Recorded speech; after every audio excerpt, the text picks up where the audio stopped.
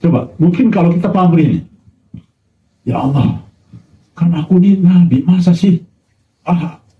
Kalau nggak dikasih daya, aku nggak mau jadi nabi lagi deh. Bisa jadi gitu kan? Kalau kita kan begitu. Aku ini udah berkorban harta habis-habisan. Ya Allah, kenapa yang lain berduyun-duyun masuk Islam? Tolonglah, tolonglah pamanku yang aku cintai, Abu Thalib. Masa engkau tidak mau kasih hidayah, ya Allah? Tolonglah. Kira-kira gitu ya. Gitu.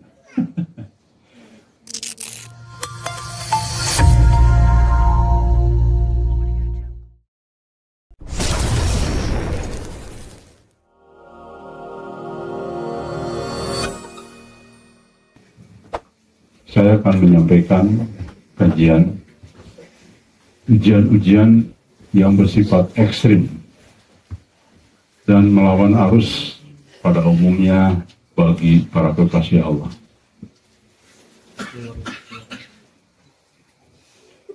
Jadi rekan sekalian, jika ingin jadi kekasih Allah, maka siaplah dianggap lain daripada umat Islam pada umumnya. Dan pasti ini sangat amat sedikit. Jadi kita jangan silau dengan sosok yang banyak pengikutnya. Kita jangan silau dengan kelompok yang banyak pengikutnya. Ya. Dan itu sudah disampaikan dalam kajian Majelis Gajah. Justru orang yang benar di mata Allah di ujung akhir zaman itu sangat sedikit. Saya kira seluruh umat Islam tahu istilah ghuraba. Tahu. Tetapi buta ketika melihat sebuah fakta. Mereka berbangga-bangga dengan kelompok yang besar, lihat pengajiannya Senayan penuh. Padahal mereka tahu kebenaran itu sedikit. Banyak sekali yang sudah kita kaji. Jadi kita tidak membahas itu, tetapi hanya mengingatkan. Dan silakan nonton video Majelis Gajah sebelum-sebelumnya. Rekan sekalian, ternyata tidak hanya yang terjadi kepada para rasul dan para nabi, para kekasih Allah lainnya, tapi ini terjadi hari ini kepada orang-orang atau sosok-sosok yang sudah dinubuahkan oleh baginda Nabi Muhammad SAW sebagai ujian kemampuan menghadapi realita nanti. Rasanya mustahil dan mustahil ketika seseorang sudah dinubuahkan untuk ditakdirkan menjadi sosok-sosok yang ada yang disebut-sebut oleh Nabi adalah orang-orang yang lemah, sosok yang cengeng, sosok pemarah, sosok yang belum diuji, mustahil. Pasti harus diuji. Sebab konsep Allah bukan konsep tukang sulap yang mendadak rubah dan aneh-aneh.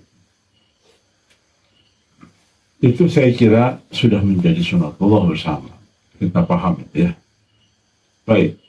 Memang paham, tetapi kadang-kadang ketika menghadapi situasi real belum tentu paham.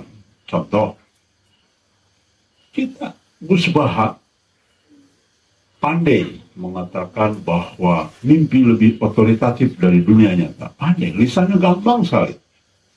Coba suruh mengakui kebenaran mimpi Qasim. Coba mengakui kebenaran mimpinya Mas Harto Soeharto. Coba mengakui kebenaran mimpinya Mas Ian di sini. Atau siapa saja di majalahnya. Saya yakin, saya jamin 1.000.000%. Belum tentu percaya. Nanti dulu katanya.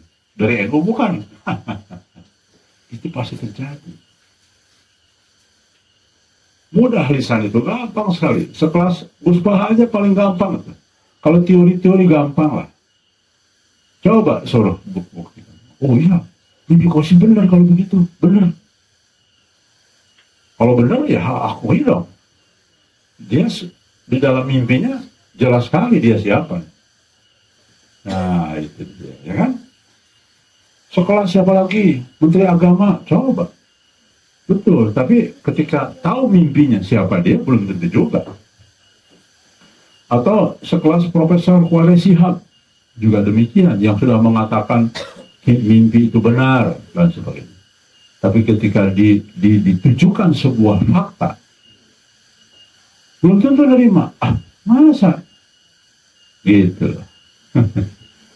Tidak mudah ya teman sekalian.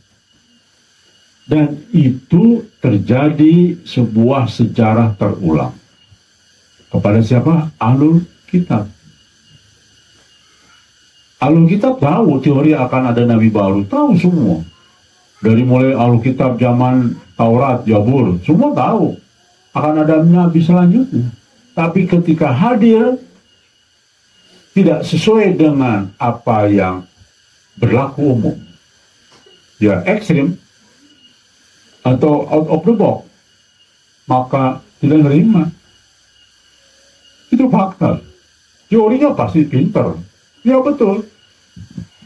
Namanya Ahmad, Nabi terakhir itu. Tapi yang lahir Muhammad. Akan beda kan katanya. Padahal bisa jadi secara arti sama. Gitu ya.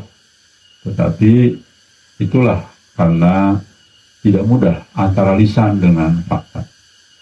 Baik, demikian juga dengan ujian yang dialami oleh para Rasul dan Nabi. Dan ujian itu ternyata rekan sekalian, bukan hanya untuk diri sendiri loh. Kalau kita perhatikan, ujian kepada para Rasul dan Nabi sekaligus ujian kepada umat.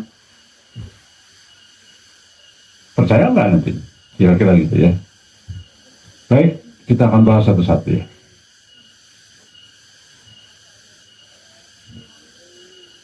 Jadi memang sudah sunatullah bahwa pewaris Nabi atau Nabi dan pewarisnya itu akan mengalami ujian-ujian berat. Wajarlah, karena akan memimpin kan. Yakni ujiannya biasanya, teman-teman sekalian, itu melawan arus dari pandangan umum. Ekstrim. Bahkan tidak masuk akal secara zahir. Tetapi hakikatnya ujian itu adalah ujian cinta dan ketaatan tertinggi kepada Allah. Jadi justru ujian yang menimpa sosok-sosok yang sudah dinubuahkan namanya jauh-jauh hari, sifatnya ekstrim dan sekaligus ujian bagi umatnya karena melawan arus. Goyah, nggak mungkin ini, begitu ya. Wah, kok ini melanggar syariat, begitu. Sama. Al-Mahdi kenapa kok ekstrem? Sholatnya Senin Kemis. Itu ujian loh bagi kita. Ujian bagi dia, ujian juga bagi kita. Sering orang melihat keliru. Ucapannya dilihat dulu siapa dia nih. Lulusan pondok mana? Ya. Pasti begitu. Saya beberapa kali ke toko nih ya, teman sekalian. Unik. Selalu ditanya. Dari pondok mana? Ya. Kitabnya apa bacaannya? Coba. Ya. Jadi dilihat dulu siapa yang ngomong ini, bukan apa yang diomongkannya. Makanya ketika standar itu dilakukan, mereka semakin jauh dengan nilai-nilai kesombongan, taklid buta kepada keyakinan dirinya, dan memprotek atas apapun informasi dari luar. Padahal itu kan mempersempit pikiran. Oke. Prinsip dasar, mari kita masuk ke prinsip dasar. Ujian cinta tertinggi adalah pengorbanan terhadap yang dicintainya. Nah, ini. Tapi bukan ujian menyesatkan para habib yang meminta istri orang lain untuk dikawinkan kepada dia. Itu gendam namanya, ujian gendam. Ada kan kasus, berapa kasus loh. Seorang habib datang kepada pondok pesantren. Dia ini kiai muda. Wah, istrinya ternyata kinclong juga nih. Habibnya ngomong, saya menginginkan istrimu. Coba bilang, itu kejadian. Berkali-kali itu, bukan sekali. Tapi karena dia permintaan keturunan Nabi, dan mudah-mudahan dari istri saya lahir keturunan Nabi, diikhlaskan. Itu bukan ujian, itu gendeng, ya. Oke, yang dimaksud ujian tertinggi, pengorbanan terhadap cinta kepada Allah sesuai dengan dalil Quran. Di dalam Al-Ankabut ayat 2. Apakah manusia mengira bahwa mereka akan dibiarkan berkata, kami beriman, sedangkan mereka tidak diuji? Loh, beriman. Masa minta istri orang dianggap beriman, itu menyelisih dari iman, ya, jelas sekali. Kemudian dalam Quran Ali Imran ayat 92, kamu berkesal sekali tidak akan memperoleh kebajikan sebelum kamu menafkahkan sebagian harta yang kamu cinta. Memang berbagi harta itu sesuatu yang berat. Saya merasakan itu. Dan saya tahu mayoritas sedikit sekali yang bersedia menyumbang harta. Itu pun belum tentu nilainya juga signifikan. Ya. Kita punya uang 100 miliar, ya sumbang 10 juta, seolah besar kan. Padahal sebetulnya tidak ada pengorbanan di situ, karena ya 10 juta dari punya 100 miliar, ya ibarat kita punya 1 juta cuma nyumbang 5 perak. Kan begitu. Apa pengorbanan 5 perak? Dan bakso aja udah 30.000. Kira-kira begitulah. Jadi belum tentu loh orang yang nyumbang, ada 20 juta, 10 juta. Karena uangnya ratusan miliar, ya itu bukan pengorbanan. Ya tidak termasuk ini. Pengorbanan itu kita sendiri juga uangnya pas-pasan, setengahnya kita bagi. Nah, itu yang disebut dengan Quran Al-Imran ayat 92. Ya. Ayat ini menunjukkan bahwa ukuran cinta dan keimanan adalah sejauh mana seseorang rela mengorbankan. Nah, itu. Apa yang paling dicintainya karena Allah. Jadi posisi di sini adalah ketika kita sedang mencintai sesuatu, benda, jiwa atau apapun, lalu disuruh dikorbankan, entah itu dipisahkan, entah itu apa, macam-macam. Itu yang disebut dengan pengorbanan yang Allah maksud. Kalau kita punya baju 10, ada 2 yang nggak kita suka gitu ya, nggak begitu kita suka lah, kita kasih ke orang lain, itu bukan pengorbanan.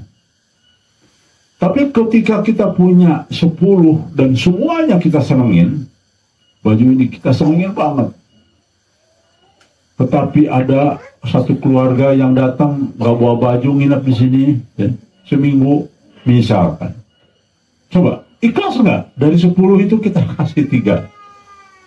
Nah itu dia ya, disitulah yang dimaksud Allah ujian. Oke, mari kita contohkan. Nabi Ibrahim alaihissalam bermimpi memerintahkan menyembelih anaknya. Coba, ini baru aja. Tiba-tiba Mas Haidir bermimpi. Suruh hal yang sama dengan Nabi. Belum tentu. jangan-jangan ini perintah setan. Kok berlawanan? Masa suruh membunuh manusia? Gitu ya. Begitulah kira-kira. Ini kan ekstrim sekali. Tapi Nabi Ibrahim dengan keyakinannya lakukan. Ya, betul melakukan itu. Tapi setelah itu Allah ganti. Jangan saya buat kami ya. Baik. Maka di dalam surat Al-Safat ayat 102. Maka tak kala anak itu telah sampai kepada umur, berusaha bersamanya, Ibrahim berkata, "Hai anakku, sesungguhnya aku melihat dalam mimpi bahwa aku menyembelihmu, maka pikirkanlah pendapatmu." Mimpi kan? Tuh, dalam mimpi. Hanya dalam mimpi, bukan Allah yang datang loh. Kalau Allah yang datang langsung, wahai Ibrahim, mungkin lebih bisa masuk akal ya. Nurut, karena Allahnya datang langsung menampakkan diri. Misalnya, ini adalah mimpi. Mungkin kalau zamannya dulu, gila loh, mimpi diikutin, kira-kira begitu ya. Masa mimpi orang kepada mimpi aja banyak yang gak percaya, ini kok malah diikutin suruh bunuh anak. Ini kan gak masuk akal teman-teman sekalian. Mari kita berpikir jernih ya. Kok bertentangan dengan hakikat dalil Quran sendiri? Gak boleh kan membunuh, apalagi bunuh anak. Ayo, coba tonton dulu ya. Sama dengan ekstrimnya Al-Mahdi sekarang ini. Banyak melanggar syariat. Banyak itu. Kalau saya sebut itu banyak. Teman saya nggak mau menyudutkannya ya. Bahkan perilakunya mohon maaf. Bukan jempol di atas, tapi jempol di bawah. Perilakunya. Ini bukan begini. Ekstrim kan? Bagi kita tujuannya. Tapi dari mulutnya loh. Kok benar semua? Berani lagi melentang arus dari mulutnya keluar begitu. Sama dengan Nabi Ibrahim, bayangkan coba. Kan ini sejalan nih. Masa Nabi Ibrahim disuruh melanggar ketentuan Allah, jangan saling bunuh, dan sementara suruh bunuh anaknya. Coba mari kita berpikir ya. Ada sesuatu yang ganjil, yang ekstrim, yang aneh. Tapi anehnya ini adalah bagian dari ujian tertinggi, teman sekalian. Dan saya mengalami juga ini. Disuruh menjual 2 sawah. Padahal saya nggak punya sawah. Coba bayangkan ya. Ekstrim ini. Oke. Ini adalah perintah yang nampak justru bertentangan dengan kekasih Allah tuh ya kan? Bertentangan dengan kasih sang ayah terhadap anak. Dengan logika moral manusia yang biasa. Gila itu. Masa suruh bunuh anaknya. Ya? Tapi lihat. Cinta sejati yang paling tinggi. Di dalam tafsir Imam Al-Razi, Allah memuji Ibrahim dengan sesuatu yang paling dicintainya agar terbukti bahwa cintanya hanya kepada Allah dan melebihi cinta kepada anaknya. Itu pujian. Mas Dodo, kalau ada perintah suruh menceraikan istrinya, sanggup.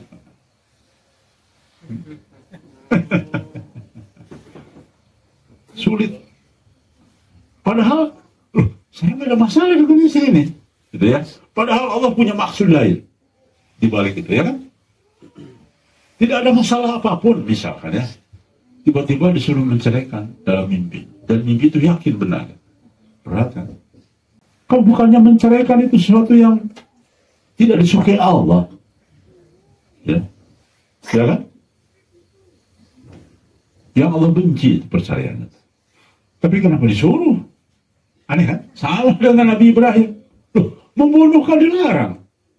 Apalagi dicintai anak. Tapi di dalam tafsir banyak ulama mengatakan justru inilah bukti kamu lebih mencintai Allah tuh anak. Pelajaran apa yang bisa dipelajari dari poin tadi? Cinta kepada Allah diuji melalui pengorbanan terhadap cinta dunia tertinggi. Apa cinta tertinggi? Anak, istri, dan harta. Kan manusia itu. Cinta tertinggi ya kepada anak, ya.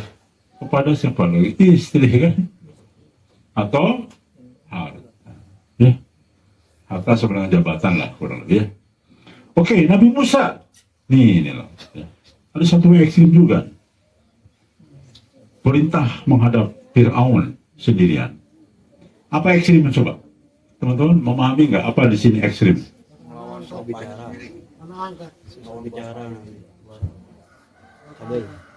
Begini, Nabi Musa itu sudah jadi musuh negara saat itu.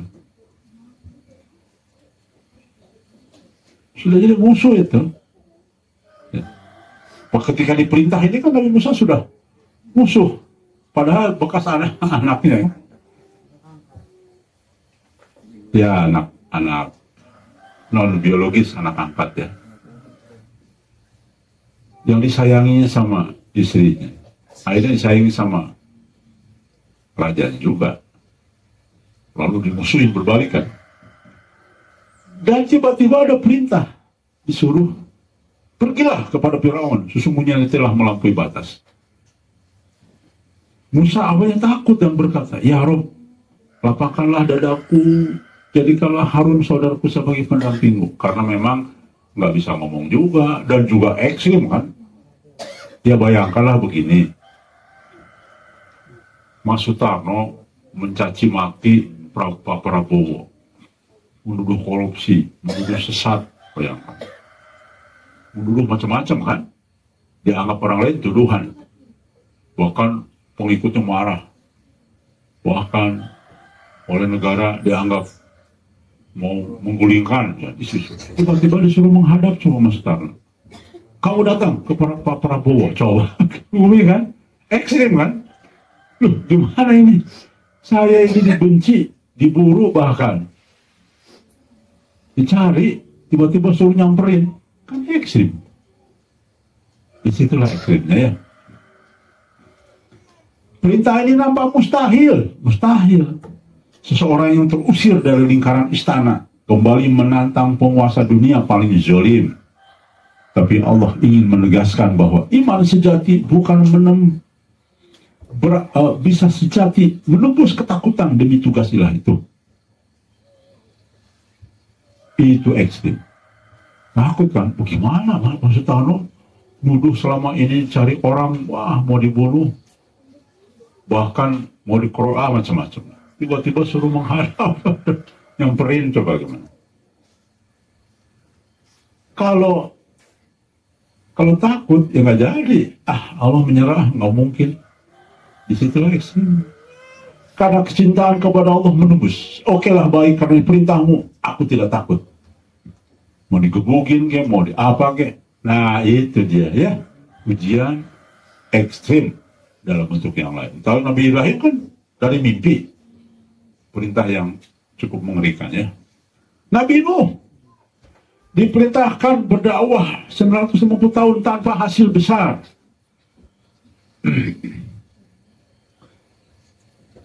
Ujiannya bukan perintah aneh, tapi perintah yang sangat melelahkan. Melewati arus sosial, dihina, dicemooh, bahkan dianggap gila. Apalagi setelah perintah terakhir, bayangkan. Tambah gila lagi. Disuruh bangun kapal besar di atas gunung. Gunungnya gunung tinggi lah. Kan secara logika saya pun juga, loh, kenapa perahu di gunung gitu kan aneh. Harusnya kan ke pinggir pantai bangunnya. Iya kan? Coba. Ekstrim semua. Jadi ujian Allah tuh aneh, bin ajaib, dan bertolak belakang dengan akal sehat kita. Justru saya akan jelaskan bahwa seluruh kekasih Allah itu akan mengalami sebuah peristiwa yang membuatnya dianggap gila, dianggap justru bertentangan dengan syariat. Bertentangan dengan syariat dong, betul tidak? Nabi Ibrahim suruhnya bunuh anak. Menentang syariat nggak? Menentang syariat lah. Loh, membunuh anak loh, nggak boleh membunuh. Tapi coba bayangkan, mari kita pakai akal. Nggak masuk akal kan? Demikian juga contohlah Nabi Nuh. Masa aneh kan? Dan memang pasti gila lah. Udah sekarang ini, zaman ini, udah pasti anggap gila lah. Udah pakai ilmu apapun, dianggap gila lah. Masa perahu di gunung? Loh, gimana mau nuruninnya ke pantai? Ya, keburu rusak, didorong-dorong, menggeruntul apa? Terbalik-balik, hancur lah. Tidak terpikir bahwa Allah akan menurunkan air bah, tsunami yang melibas seluruh daratan, kecuali gunung tertinggi juga dilibas tanpa terkecuali.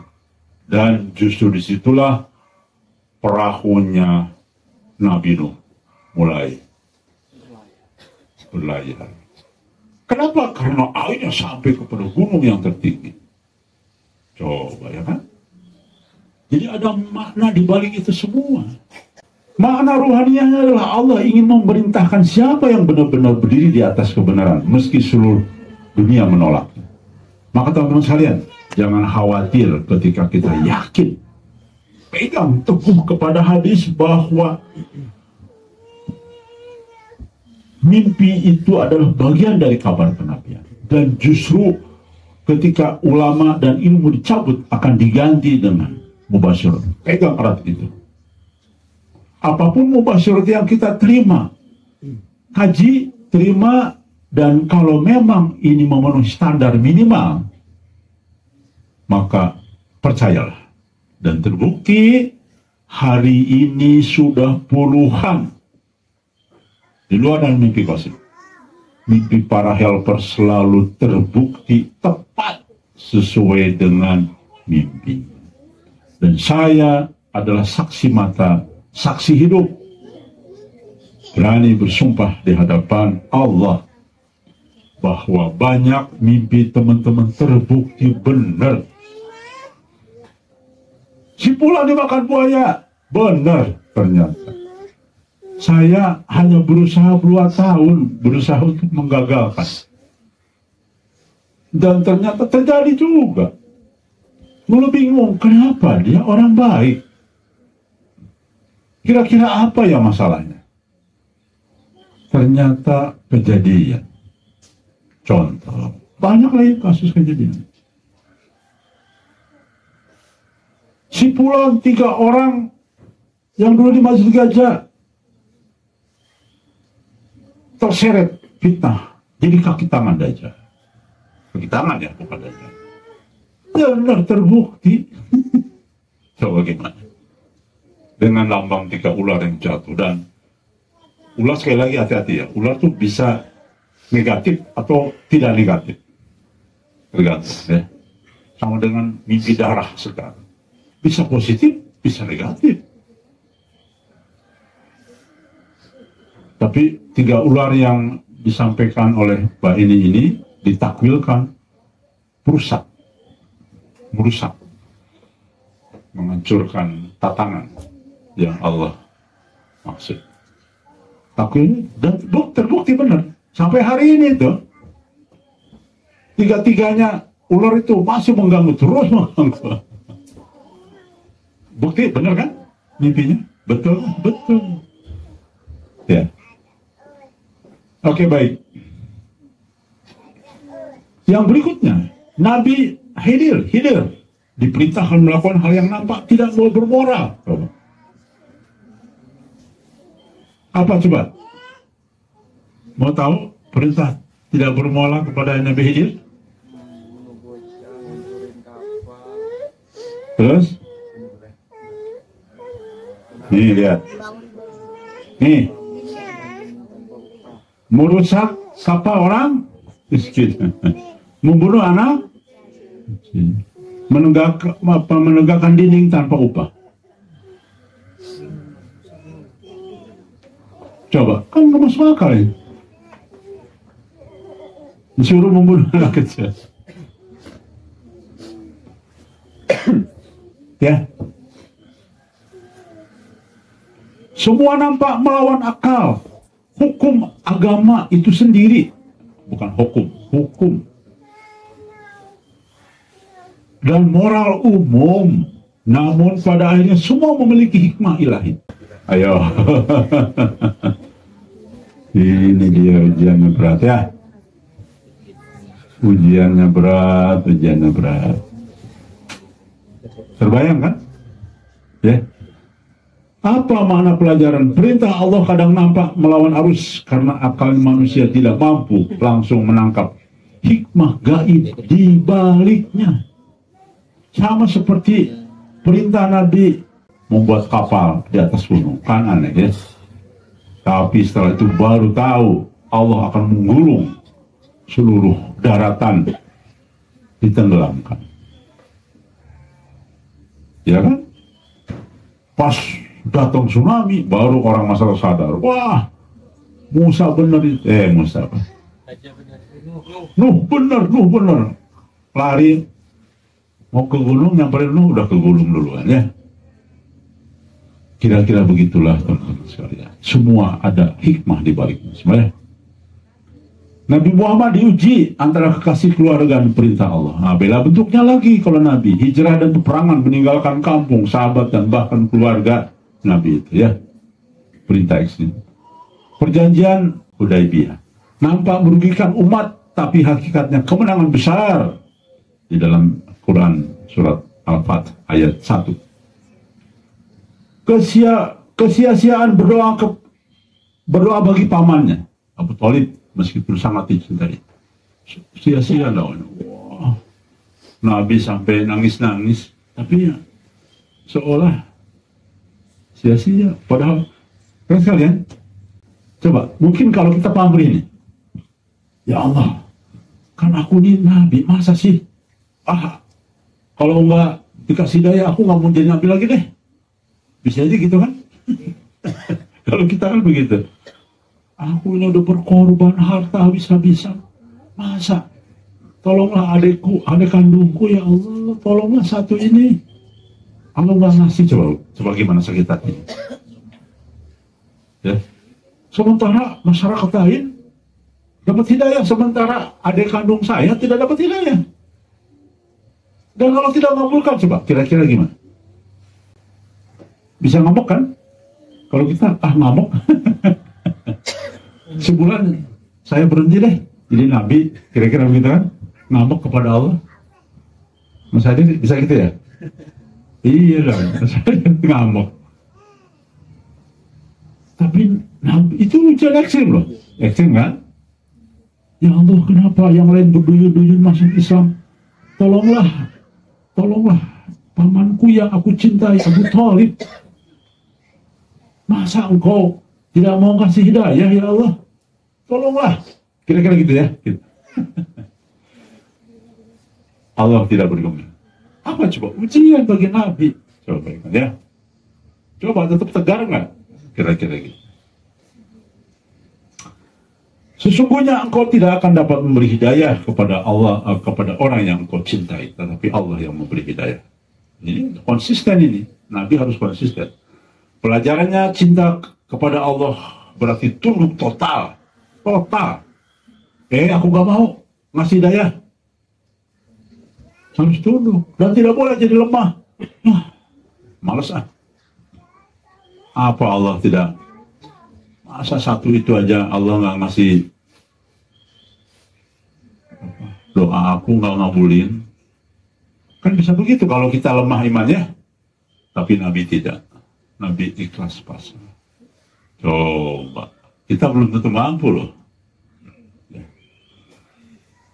Sunatullah yang berlaku pada para wais nabi ulama. Kalau nabi tadi para nabi ya, sekarang kepada para ulama. Lihat, jelas ulama itu pewaris nabi, tapi sekarang ini sudah tidak ada ulama ya. Sekali lagi sudah diangkat ulama sekarang. Yang ada kiai syekh itu aja. Karena hampir tidak ada satupun sekarang nih ya tokoh-tokoh agama mirip seperti nabi, pewaris nabi, nggak ada. Hampir nggak ada, sulit. Mereka diuji, Imam Ahmad bin Hambal diuji cambuk karena menolak doktrin Quran makhluk. Bukan, makhluk, bukan, cepret. Ya.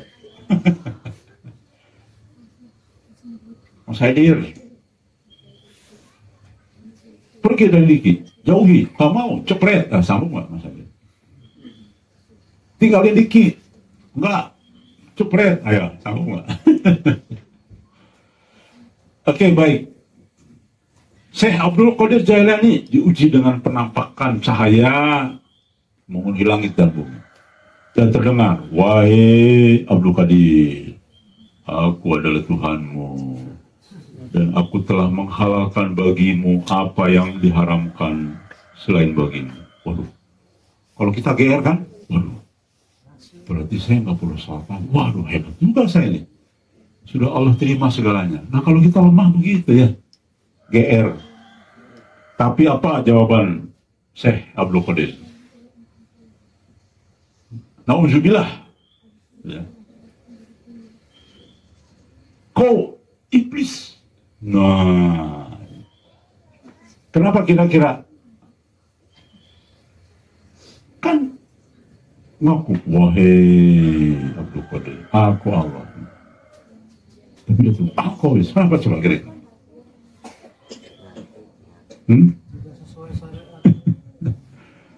Maka cahaya padam dan terdengar suara iblis berkata, engkau telah selamat dariku wahai Abdul Qadir. No, kata iblis.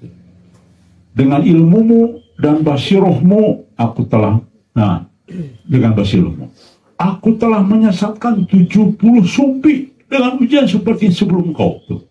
Berarti rata-rata 70 sufi sebelumnya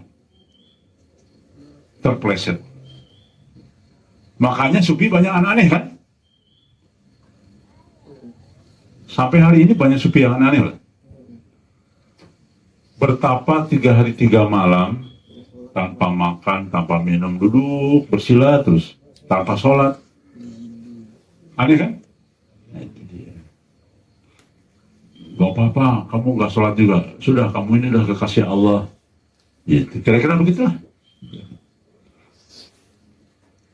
Peristiwa ini menunjukkan bahwa Allah menguji beliau dengan ujian marifat tertinggi. Bukan harta, bukan jabatan, tapi fitnah spiritual. Menguji apakah beliau akan berhenti di rasa dekat atau terus mencari zat Allah yang mutlak.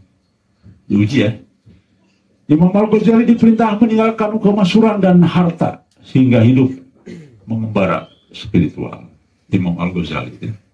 Ini kan orang yang sangat dimuliakan, kedudukannya tinggi dan punya harta ya. Tapi beliau disuruh, ya mungkin suruh ujrah, udah tinggalin harta. Begitu ya kira-kira.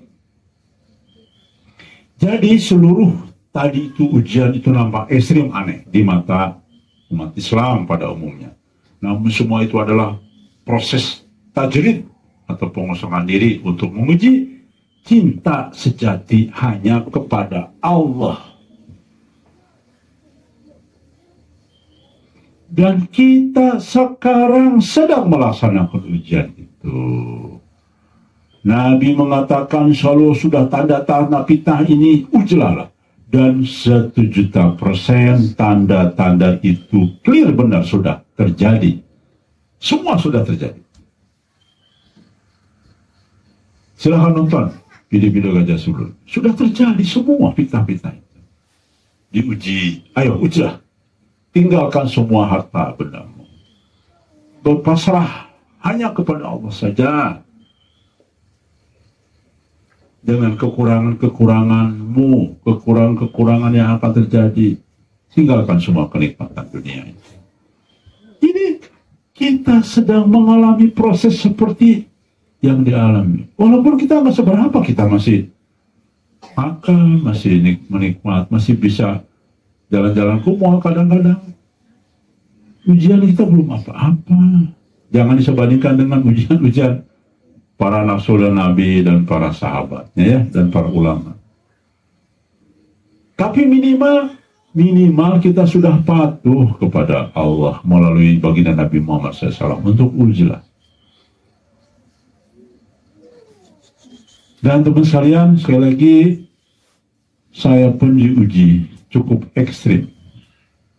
Teman-teman, melaksanakan mimpi menjual sawah pada saya tidak punya sawah. Itu ujian banyak rangkaiannya. Kalau teman-teman mau tahu rangkaiannya banyak, waduh, ini bisa melemahkan gajah, bisa melemahkan teman-teman yang tidak paham, yang imannya cuma ikut-ikutan.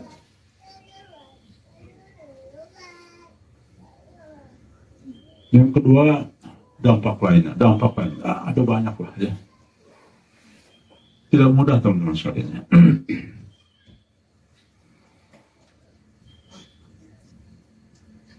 Tapi nanti teman-teman siap-siap juga nih, siap-siap juga ya. Tiba-tiba ada istri kita minta pulang, siap-siap. Padahal Allah sudah mengatakan, sudah benar di sini, sudah benar di sini. Dari semua sisi itu sudah benar. Mimpinya pun tawatur, mutawatir, mimpi-mimpi tentang di sini, kebenaran di sini.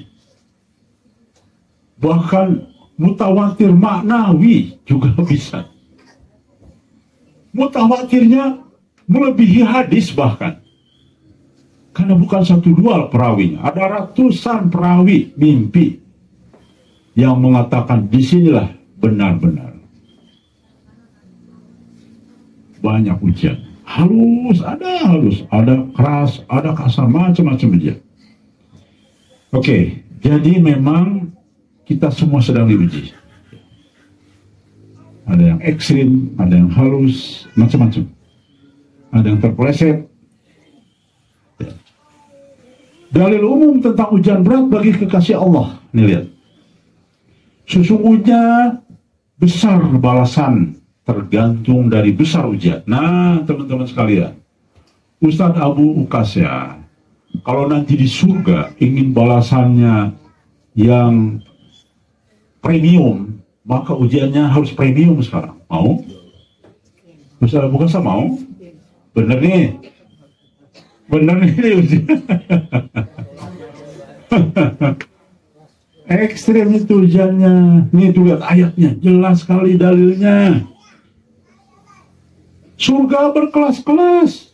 Jangan berharap, ya Allah, kumpulkan aku surganya dengan Nabi. Tapi diuji sedikit aja udah cemen. Makanya jangan jadi cemen, laki-laki cemen. Tahu laki cemen? Harus jadi Superman. Jangan sebut-sebut. Jadi artinya rekan sekalian, lihat. Dalilnya lihat. Maksud Tarno kalau mau surganya selantai dengan Nabi, ujiannya siap seperti Nabi. Siap Mas Tarno? Mikir-mikir dulu. Senyum belum siap loh. Sesungguhnya apabila Allah mencintai suatu kaum, Ia memuji mereka. Barang siapa ridho, maka baginya keridhoan. Barang siapa murka, baginya kemurkaan. Barang siapa yang menggerundal-gerundul dalam hatinya, ya itu. Aduh, begini, aduh, begitu. Ah, sudah selesai. Amat ya. Oke. Jadi, siap-siap ya dengan ujian. Sekali lagi, kalau mau satu lantai dengan Nabi, maka harus siap ujiannya. Se-ekstrim Nabi. Kalau mau satu lantai dengan para sahabat, di surganya, kualitas yang lainnya itu beda. Beda nggak? Beda lah. Pelayan-pelayan kita nanti di surga itu ya beda kelas juga. Ya. Dan siap-siap teman-teman sekalian ujiannya dalam banyak bentuk. Tetapi percayalah, ada satu rumus. Apa coba rumusnya? Allah tidak akan menguji seseorang kecuali atas kemampuannya.